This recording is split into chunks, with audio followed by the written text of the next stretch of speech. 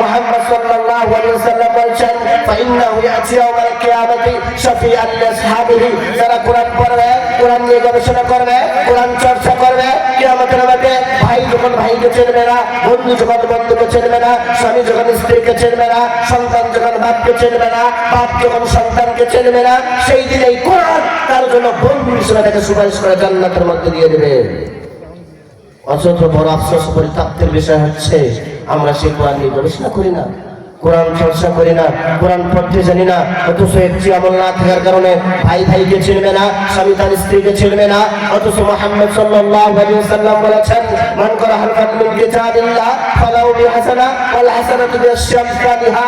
আল্লাহ রাসূল বলেন যারা কোরআনের একটি হরফ পড়বে আল্লাহ তাকে একটি নেকি দিবেন, একটি নেকিকে 10টি নেকির সমান করবেন। আল্লাহর নবী বলেন লা আকুলু, আমি বলি না আলিফ লাম মিম, আলিফ লাম মিম এই তিনটিকে আমি একটি হরফ বলি না, কিন্তু আলিফুল হারফুন ওয়া লামুল হারফুন ওয়া মিমুল হারফুন। আলিফ একটি হরফ, লাম একটি হরফ, মিম একটি হরফ। যদি কোনো ব্যক্তি আলিফ লাম মিম পড়ে তাহলে আল্লাহ তাআলা তার আমলনামায় 30টা নেকি দিয়ে দিবেন। সুবহানাল্লাহ, আল্লাহুম্মা লাকাল হামদ ওয়া লাকাশ শুকর। সে আল্লাহর জন্য প্রশংসা, যে আল্লাহ আমাদের জন্য কত সিস্টেম তৈরি করেছেন, কত ব্যবস্থা দিয়েছেন। বাট আমরা এই কোরআন নিয়ে গবেষণা করি না, আমরা কোরআন চর্চা করি না, আমরা কোরআন নিয়ে ব্যস্ত থাকি না। আমরা শুধু সবসময় PUBG, free fire, Bangla, English, math এগুলো নিয়ে ব্যস্ত আছি। অথচ আপনি এমন বিদ্যা অর্জন করতেছেন যে বিদ্যার কোনো শেষ রেকর্ড নেই, যে বিদ্যার কোনো আরস রেকর্ড নেই, যে বিদ্যার কোনো 62 রেকর্ড নেই। এই বিদ্যা যদি আপনি কিয়ামত পর্যন্ত করেন, এই বিদ্যা আপনাকে কখনো সফলতা দিবে না। অথচ কোরআন থেকে একটি হরফ পড়লেই আল্লাহ তাআলা আমাদেরকে 10টি নেকি দিয়ে দিবেন, কিন্তু আমরা এই কোরআন নিয়ে গবেষণা করি না। শুধু তাই না, আপনি হাদিস করুন, হাদিসটা তারগিব আত-তাহরিবের মধ্যে রয়েছে।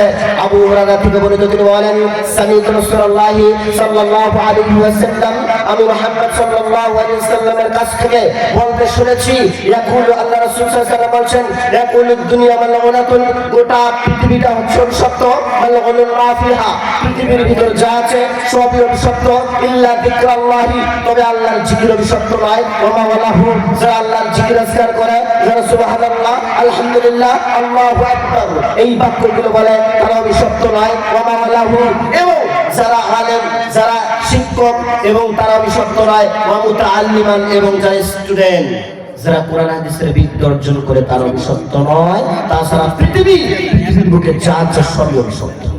এখন আপনারা ডিসাইড করুন আপনার এর ভিতরে আছেন কি নেই। আল্লাহর নবী বলছেন গোটা দুনিয়া অভিশপ্ত, দুনিয়ার ভিতরে যা আছে সবই অভিশপ্ত, তবে আল্লাহর জিকির আজকার অভিশপ্ত নয়। যারা আল্লাহর জিকির আজকার করে ওই সমস্ত মানুষ অভিশপ্ত নয়। যারা শিক্ষক, যারা উস্তাদ, যারা কোরআন হাদিসের বিদ্যা অর্জন করায়, তারা অভিশপ্ত নয়। যারা কোরআনের ছাত্র, যারা হাদিসের ছাত্র, যারা কোরআনের স্টুডেন্ট, যারা কোরআন পড়াশোনা করে, যারা উস্তাদদের কাছে পড়াশোনা করে, তারা অভিশপ্ত নয়। তাছাড়া পৃথিবীর বুকে যা আছে সবগুলো হচ্ছে অভিশপ্ত। আমরা কেন কোরআন পড়বো? কোরআন পড়লে আমাদের জন্য কি ফায়দা?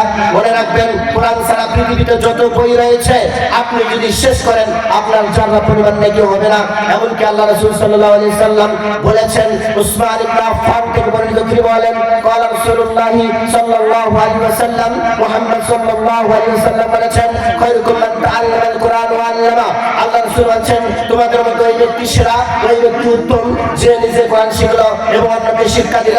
এখানে আল্লাহ রাসূল বলেন নাই তোমাদের মধ্যে ওই ব্যক্তি উত্তম যে ব্যক্তি অনার্গল ইংলিশে কথাবার্তা বলতে পারে, যে ব্যক্তি ম্যাথ পড়তে পারে, যে ব্যক্তি বাংলাদেশে লেখাপড়া শেষ করলো, আজহারি বিশ্ববিদ্যালয় শেষ করলো, মালয়েশিয়া শেষ করলো, যে ব্যক্তি সুন্দর চলাফেরা করতে পারে, যে ব্যক্তি অনার্গল ইংলিশে কথাবার্তা বলতে পারে, এই ব্যক্তি উত্তম। নেভার, আল্লাহ রাসূল বলেন নাই, আল্লাহ রাসূল সাল্লাল্লাহু আলাইহি ওয়াসাল্লাম সরাসরি বলেছেন তোমাদের মধ্যে ওই ব্যক্তি উত্তম, ওই ব্যক্তি সেরা যে নিজে কোরআন শিখে অন্যকে শিক্ষা দেয়।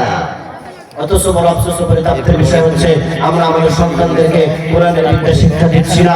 আমরা আমাদের সন্তানদেরকে স্কুলে দিচ্ছি, ইন্টারগার্ডেনে দিচ্ছি, যেখানে পড়া হচ্ছে তারা মারতে পারে দিন, তাদের খারাপ দিচ্ছি দিন। এটা কেমন পড়া যার কোনো সিএস রেকর্ড নেই, আরএস রেকর্ড নেই, কোনো দলিল নেই। এই বিদ্যা অর্জন করলে আপনি নিজেও জাহান্নামে যাবেন, আপনার সন্তানও জাহান্নামে যাবে। এই জন্য আমাদের সর্বপ্রথম যে বিদ্যা অর্জন করতে হবে সেটা হচ্ছে আল কোরআন। আপনি আর্মি, পুলিশ, র্যাব, বিডিআর যাই হন না কেন, প্রেসিডেন্ট হন না কেন, আপনি যাই হন না কেন, সর্বপ্রথম যে বিদ্যা অর্জন করবেন সেটাই হচ্ছে আল কোরআন। তারপর আপনি আপনার সন্তানকে যা ইচ্ছা তাই বানাবেন।